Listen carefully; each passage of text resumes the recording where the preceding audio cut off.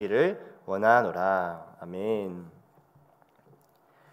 성경에서 이 구약을 살펴보면 이스라엘인들에게, 그 히브리인들에게 율법을 허락하신 이 하나님을 볼 수 있습니다.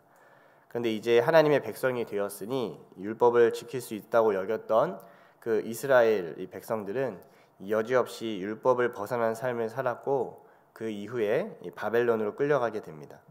그래서 이스라엘에는 오히려 소망이 생깁니다. 그것은 바로 이 율법을 완성해 줄 분, 이 메시아가 오는 것에 대한 소망을 갖게 됩니다. 또한 한편으로는 율법을 인간의 힘으로는 도저히 지킬 수 없다는 것을 이스라엘 백성을 통해서 우리 가운데 보여줍니다. 로마서 3장 20절에 이렇게 말씀하고 있습니다. 그러므로 율법의 행위로 그의 앞에 의롭다 하심을 얻을 육체가 없나니 율법으로는 죄를 깨달음이니라. 율법의 기능이 무엇이죠? 죄를 깨닫게 할 뿐입니다. 우리가 쌓으려는 선이 결국에는 우리에게 위선으로 나타나는 것을 율법은 깨닫게 합니다. 그것은 이러한 죄의 문제를 우리가 결코 해결할 수 없다고 얘기하는 것입니다.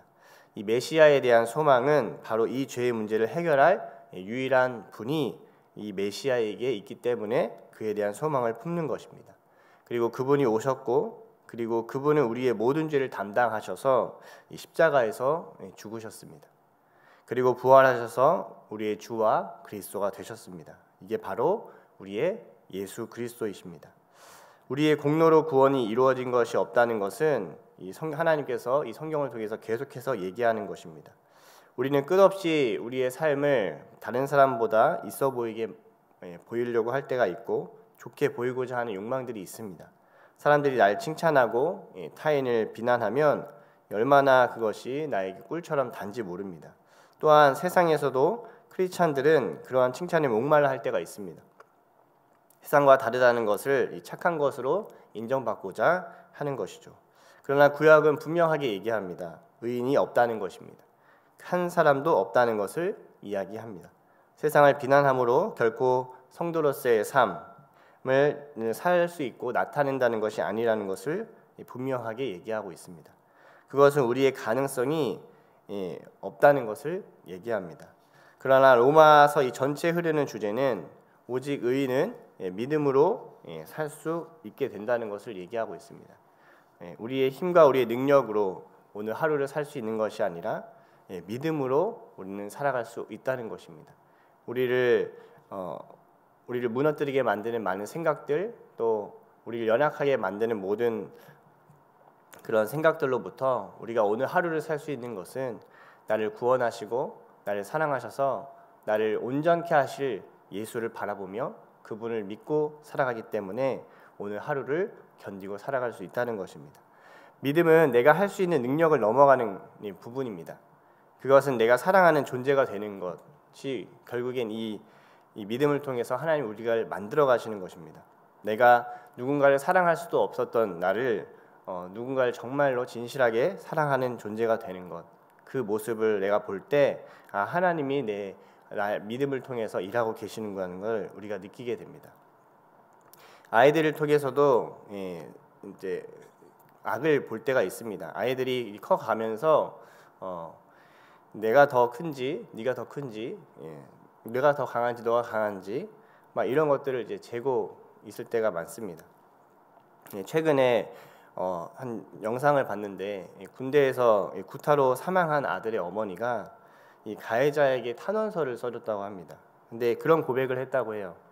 내 아이가 피해자이지만, 지금은 정말 피해자이지만 이 군대라는 구조 속에서 어쩌면 이 아이보다 더 약한 이병이 들어왔다면 내 아들도 가해자가 될 수 있었다.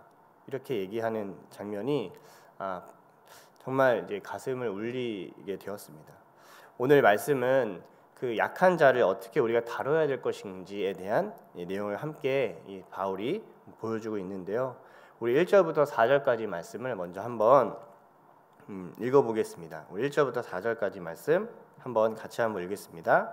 시작. 믿음이 강한 우리는 마땅히 믿음이 약한 자의 약점을 담당하고 자기를 기쁘게 하지 아니할 것이라. 우리가 각 사람이 이웃을 기쁘게 하되 선을 이루고 덕을 세우도록 할지니라. 그리스도께서도 자기를 기쁘게 하지 아니하셨나니 기록된 바 주를 비방하는 자들의 비방이 내게 미쳤나이다 함과 같으니라. 무엇이든지 전에 기록된 바는 우리의 교훈을 위하여 기록된 것이니 우리로 하여금 인내로 또는 성경의 위로로 소망을 가지게 함이니라. 아멘. 오늘 본문 1절에 이 믿음이 강한 자가 약한 자를 담당하라 이렇게 말씀합니다. 믿음이 강하다는 것은 무엇일까요? 그리고 약한 자보다 낫다는 것을 그냥 의미하는 것일까요? 그렇지 않습니다. 이 강한 자라는 것을 이 헬라어 원어로 보면 이 뒤나토스입니다. 능력이 있다는 것이죠. 바로 할 수 있다는 것입니다. 그럼 이 약한 자는 무엇일까요? 아디나토스라고 해서요, 할 수 없는 사람을 얘기합니다. 이 문제는 1차적으로는 유대인과 비유대인을 가리키고 있습니다. 유대인들 같은 경우에는 예수님을 믿었지만 고기를 먹는 문제라든지 율법의 문제에 아직도 얽매여져 있는 부분들이 있었습니다. 그런데 사실 믿음 안에서 그 모든 것이 사실은 소멸되었고 그 문제가 본질적인 문제가 아님에도 불구하고 거기에 얽매여 있는 부분들이 있었습니다. 꼭 유대인뿐만 아니라 비유대인, 이방인이어도 그런 문제, 내가 예수를 믿지만 이것만큼은 꼭 해야 된다라는 것에 사로잡혀 있는 분들이 있습니다. 그런 경우가 1차적으로 이 문제에 해당할 수 있습니다. 할 수 있는 자가 할 수 없는 자를 담당하라는 것은 믿음이 본질적인 것까지 볼 수 있어서 많은 것을 넓혀서 할 수 있는 사람이 그걸 할 수 없는 사람의 그 믿음을 지켜주라는 거예요. 예를 들어서 뭐 이런 경우가 있다고 생각해 봅시다. 어떤 사람이 술을 마시면 구원을 받지 못한다 이렇게 만약 여러분들에게 얘기를 하는 거예요. 그러면 여러분들이 아니 꼭 그렇지만은 않아라고 얘기를 하시겠죠. 근데 이 사람에게 어떤 신념이 있는데 술을 절대 마시면 안 된다는 신념 때문에 자신이 그렇게 삶을 계속 살아가고 있는 거예요. 근데 이 사람 앞에서 굳이 술을 마셔서 이 사람의 믿음을 흔들 필요는 없는 것이죠. 그만큼 믿음이 약한 사람은 아직 모든 걸 다 알지 않고 본질적인 부분을 깨닫지 못하는 사람을 얘기하면, 그래서 할 수 있는 부분까지도 할 수 없는 그런 믿음의 연약함을 가지고 있는 지체들이 있습니다. 근데 그 사람을 위해서 그 사람 깨우쳐 준다고 내가 할 수 있는 범위를 하는 것이 그 사람한테 좋지 않다는 것입니다. 오히려 그 사람을 서로 받아들이면서 오히려 나의 그 자유를 그 믿음의 그 약한 사람의 그 인식 안에 제한하면서 그 영혼을 함께 성장시켜 나가는 것이 우리가 그리스도인으로 해야 된다는 태도를 얘기해주고 있습니다. 이것은 또 한편으로는 영역의 문제일 수도 있습니다. 또 성장의 문제일 수도 있습니다. 이 영역이라는 것은 좀 은사적인 부분을 표현해 볼 수 있습니다. 제가 할 수 있는 여러분 기능이 있고 다른 사람이 할 수 있는 기능이 있습니다. 예를 들어서 뭐 디자인 같은 경우는 저는 굉장히 어려운 능력 중에 하나입니다.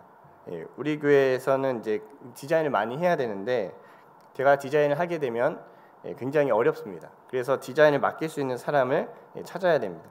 저 혼자 막 모든 걸 다 한다고 하면 그것이 오히려 저에게 번아웃이 되고 좋지 않은 것이죠. 그것이 할 수 있는 사람한테 그것을 맡기고 그것이 함께 이루어갈 때 이 공동체가 강하게 세워져 가는 것입니다. 또 강한 자는 약한 자를 담당하는 것은 할 수 있는 영역으로 그 일을 감당하라는 것이에요. 기획은 뭐 제가 한다면 뭐 디자인은 다른 집사님이 할 수도 있는 것이죠. 각 볼 수 있는 영역들이 다릅니다. 서로 왜 보지 못하느냐를 탓하면 지옥이 될 것입니다. 그러나 서로 보지 못하는 것을 우리가 함께 채워간다면 그것은 천국이 되는 것입니다. 여러분 경험해 보셨을 겁니다. 이 뭔가 프로젝트를 위해서 우리가 함께 기도하고 애쓰고 하는데 저 문제를 해결해야 되는데 나는 할 수 없지만 누군가 그 일을 같이 감당해 줄 때 얼마나 그것이 기쁘고 소망이 되는지 모릅니다. 그냥 왜 이곳에 사랑이 없어라고 이렇게 탓하기보다는 하나님 내게 보여주시는 것이 무엇입니까? 내가 이 교회 공동체 가운데 내게 깨닫게 하시고 내게 알게 하시고 내게 보게 하신 것이 무엇입니까? 이렇게 기도하면서 내 사랑을 나눠야겠다는 걸로 우리의 관점이 바뀌어진다면 우리는 그것에서 하나님의 천국을 경험하게 된다는 것입니다. 또한 한편으로 성장의 문제라고 얘기할 수도 있는데요. 아직 자라가는 단계가 있습니다. 성도의 연약한 분들 같은 경우에는 아직 배우고 또 양육받아야 될 부분들이 있습니다. 그래서 이 자녀를 키우는 것과 비슷합니다. 부모가 자식보다 더 잘난 것이 있어서가 아니라 아직 어린아이는 그것을 알 수 없고 할 수 없기 때문에 계속해서 도와줘야 하는 것입니다. 부모에게 있어서 가장 중요한 것이 양육인 것입니다. 양육은 방향을 가르쳐야 합니다. 내비두는 것이 아니라 무엇을 해야 하는지, 어떠한 말로 해야 되는지를 가르치는 것이 양육입니다. 교회에는 이러한 양육들이 필요합니다. 특히 영적으로 갓 태어난 생명들이 있다면 돌보는 것이 반드시 필요합니다.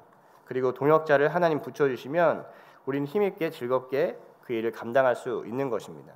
3절에 보면요, 이렇게 말씀합니다. 그리스도께서도 자기를 기쁘게 하지 아니하셨나니 기록된 바 주를 비방하는 자들의 비방이 내게 미쳤나이다 함과 같으니라. 주님께서 우리를 인내하시고 우리를 받아내신 것처럼, 그 가시를 자신이 감당하신 것처럼 우리도 우리 형제 지체들의 이 가시를 인내하라고 얘기하는 것입니다. 우리 5절부터 6절까지 말씀도 한번 읽어보겠습니다. 5절부터 6절까지 말씀 함께 읽겠습니다. 시작. 이제 인내와 위로의 하나님이 너희로 그리스도 예수를 본받아 서로 뜻이 같게 하여 주사 한 마음과 한 입으로 하나님 곧 우리 주 예수 그리스도의 아버지께 영광을 돌리게 하려 하노라. 6절에 이 한 입과 한 마음으로는요, 무슨 획일적으로 한 목소리를 내라는 의미가 아닙니다. 이렇게 서로를 돌보게 되고 약함을 사랑으로 채우게 될 때 서로를 기쁘게 하는 한 마음이 일어난다는 것입니다. 함께 성장하는 그 기쁨을 누리게 되는 자리로 가게 된다는 것을 얘기합니다. 여기에는 반드시 헌신이 있습니다. 우리를 고달프게 하는 어려운 일들도 있을 수 있습니다. 그러나 한 아이가 훌륭하게 성장하게 대한 그 믿음으로 감내하는 그 부모처럼 하나님을 믿음으로 우리가 함께 반응하게 되는 자리로 가게 된다는 것입니다. 예수님은 십자가를 기쁨 없이 가신 길이 아니었습니다. 우리는 결코 할 수 없는 그 일을 다른 사람에게 떠맡기거나 그것을 외면하지 않으시고 끝까지 그 짐을 기쁨으로 담당하셨습니다. 저도 이제 아이들을 키우다 보니까요, 예전에는 저한테 짐이었다고 생각했던 집안 일들도요, 아이들 생각하는 마음이 막 커지니까 막 어느 순간 제가 하고 있는 제 자신을 보게 됩니다. 하나님이 우리를 감내하신 것, 우리를 감당하신 것은 하기 싫은데 억지로 하신 게 아니라 너무너무 우리를 사랑하시기 때문에 그것을 기쁨으로 감내하신 것입니다. 나는 원래 나밖에 모르는 죄인인데 이 주님의 은혜로 누군가를 섬기는 시간으로 우리가 보낸다는 것이 우리에겐 감사가 있을 따름입니다. 여러분, 그리스도의 은혜로서 가장 큰 감격은요, 나 같은 인생을 하나님이 누군가를 위해서 사용해 주신다는 거예요. 누군가의 영혼을 살릴 수 있는 자리에 나를 보내신다는 거예요. 마땅히 나로 인해서 나의 성 안에 갇힐 수밖에 없던 인생을 주님께서 끄집어내셔서 한 영혼을 사랑하는 자리로 인도하신 것이 가장 큰 기적이고 가장 큰 감사입니다. 이렇게 하나님이 우리의 자녀를 한 마음과 한 뜻으로 이어주신다는 겁니다. 우리 7절부터 13절까지 말씀 우리 한번 보겠습니다. 7절부터 13절까지 말씀도 한번 보겠습니다. 시작. 그러므로 그리스도께서 우리를 받아 하나님께 영광을 돌리심과 같이 너희도 서로 받으라. 내가 말하노니 그리스도께서 하나님의 진실하심을 위하여 할례의 추종자가 되셨으니 이는 조상들에게 주신 약속들을 견고하게 하시고 이방인들도 그 긍휼하심으로 말미암아 하나님께 영광을 돌리게 하려 하심이라. 기록된 바 그러므로 내가 열방 중에서 주께 감사하고 주의 이름을 찬송하리로다 함과 같으니라. 또 이르되 열방들아 주의 백성과 함께 즐거워하라 하였으며 또 모든 열방들아 주를 찬양하며 모든 백성들아 그를 찬송하라 하였으며 또 이사야가 이르되 이새의 뿌리 곧 열방을 다스리기 위하여 일어나서는 이가 있으리니 열방이 그에게 소망을 두리라 하였느니라. 소망의 하나님이 모든 기쁨과 평강을 믿음 안에서 너희에게 충만하게 하사 성령의 능력으로 소망이 넘치게 하시기를 원하노라. 아멘. 7절에 그래서 이제 서로 받으라 이렇게 말씀합니다. 나 입맛대로 상대를 받는 것이 아니라 누구든지 수용할 만한 넉넉한 은혜가 여러분들에게 주어졌다는 의미입니다. 우리가 예수님을 믿고 살아간다는 건 점점 원수조차도 사랑할 수 있게 되는 거예요. 원수 같은 인생도 내 삶을 결정하지 못한다는 것을 알려줍니다. 그리고 그 넉넉한 사랑으로 인해서 그가 가시가 내 안에 넉넉하게 박혀도 하나님의 오히려 놀라운 사명을 이룰 수 있다는 것을 내가 깨닫고 그것을 고백하는 자리로 가게 된다는 것입니다. 8절의 9절은 유대인으로 나신 예수는 이 언약을 견고하게 하십니다. 그분은 말씀을 성취하셨습니다. 그리고 이방인을 분리하신 것이 아니라 긍휼로 그들에게 하나님의 영광을 돌리게 하신 것입니다. 이방인들은 사실은 유대인들 입장에서는 원수 같은 사람들이었어요. 그런데 그들을 이 한 교회, 로마 교회에서 하나 되게 하십니다. 약한 자와 강한 자, 오히려 유대인들이 믿음이 약한 자로 설명되고 있습니다.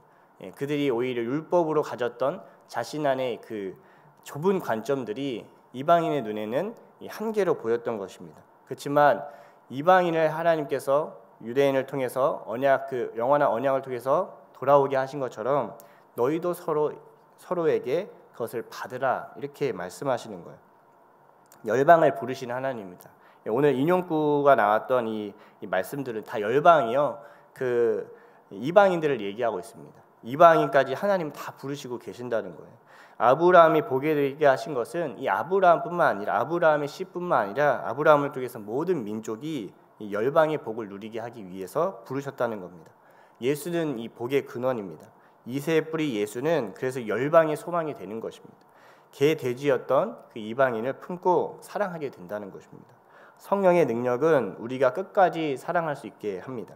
결코 나밖에 모르고 나의 존재 안에 갇혀있던 자가 이웃을 사랑하고 영혼을 사랑하고 땅 끝까지 가게 하시는 겁니다. 여러분, 인생의 가장 큰 성공은요, 우리가 죽기 직전까지 영혼을 사랑하는 거예요. 누가 뭐라고 해도 내게 맡긴 영혼을 사랑하다 가는 것이 가장 큰 능력인 줄 믿습니다. 그러니 사랑은 우리의 욕망의 성취가 아니라 이 하나님의 말씀이 성취되는 자리입니다. 혼돈한 시간들입니다. 사실 계속해서 우리 삶을 둘러싸고 얽어매게 하는 것들이 많습니다. 사단이 하는 가장 큰 일은 사랑을 잃어버리게 만드는 거예요. 사랑하지 못하게 만드는 겁니다. 그 가시가 너를 힘들게 하니 너는 도망가고 너는 너의 성을 쌓고 너의 방어막을 구축하라고 얘기하는 것이 이 사단입니다. 근데 하나님은 그렇게 얘기하지 않습니다. 서로를 받으라. 내가 그 받을 힘을 너에게 줄 것이다. 이렇게 얘기하신다는 겁니다. 자신의 뜻을 따르는 방향, 자신의 생각만 생각하는 방향이 아니라 주님과 함께 우리가 동행하게 될 때 우리는 반드시 그 어둠의 자리, 또 혼란스러운 자리로 나아가게 될 줄 믿습니다. 두려울 겁니다. 내 힘으로 하면 너무 두려울 겁니다. 그렇지만 주께서 나에게 주신 그 사랑으로, 그 인내로 그 자리 가운데 나아간다면 반드시 그 자리가 오히려 하나님께서 생명이 또다시 태어나는 그런 자리가 되게 하실 줄 믿습니다. 아이들을 키우면서 이 아이들에게 옳은 일을 가르치는 것이 얼마나 중요한지 깨닫게 됩니다. 잘못된 가르침, 그리고 방임하는 것은 아이들 사랑하는 것이 아니잖아요. 이 혼돈하고 흑암 가운데 있는 자들이 우리에게 항상 있습니다. 무지와 또 탐욕 가운데 있는 자들이 있습니다. 그들에게 너 잘못했어, 네 가시가 있어라고 얘기하는 것이 진실한 것이 아니라 내가 그 일을 함께 감당하는 것, 내가 그와 함께해서 그가 성장하고 그 성장으로 인해서 나도 함께 성장하는 하나님께서 주시는 그 사명의 자리로 가는 것이 오늘 우리에게 주신 하나님의 인생의 삶인 줄 믿습니다. 그 치열한 사랑에 우리 모두 뒷짐주고 그냥 싸움 구경하듯이 외면하면 편합니다. 그러나 그 시간 속으로 들어가면 우리는 쉽지 않은 시간들을 보낼 수 있습니다. 하지만 그 상황에서 우리가 믿음으로 주님의 사랑을 경험하고 그 헌신된 치열한 그 자리에서 하나님, 나를 여기에 부르셨군요. 내가 여기 불려서 내가 여기 묶이고 내가 여기에 찔렸는데 그런데 주님 너무너무 감사합니다 라는 고백이 우리의 그 사랑의 마침의 고백이 되시기를 예수님의 이름으로 축복합니다. 하나님께서 반드시 그 모든 것을, 그 눈물을 닦아주시고 우리에게 참된 사랑을 경험케 하실 줄 믿습니다. 그것이 가장 큰 복되다고 주님께서 얘기하십니다. 주님이 그 일을 통해서, 우리를 통해서 반드시 영광을 받으실 것입니다. 기도드리겠습니다. 하나님 아버지, 우리에게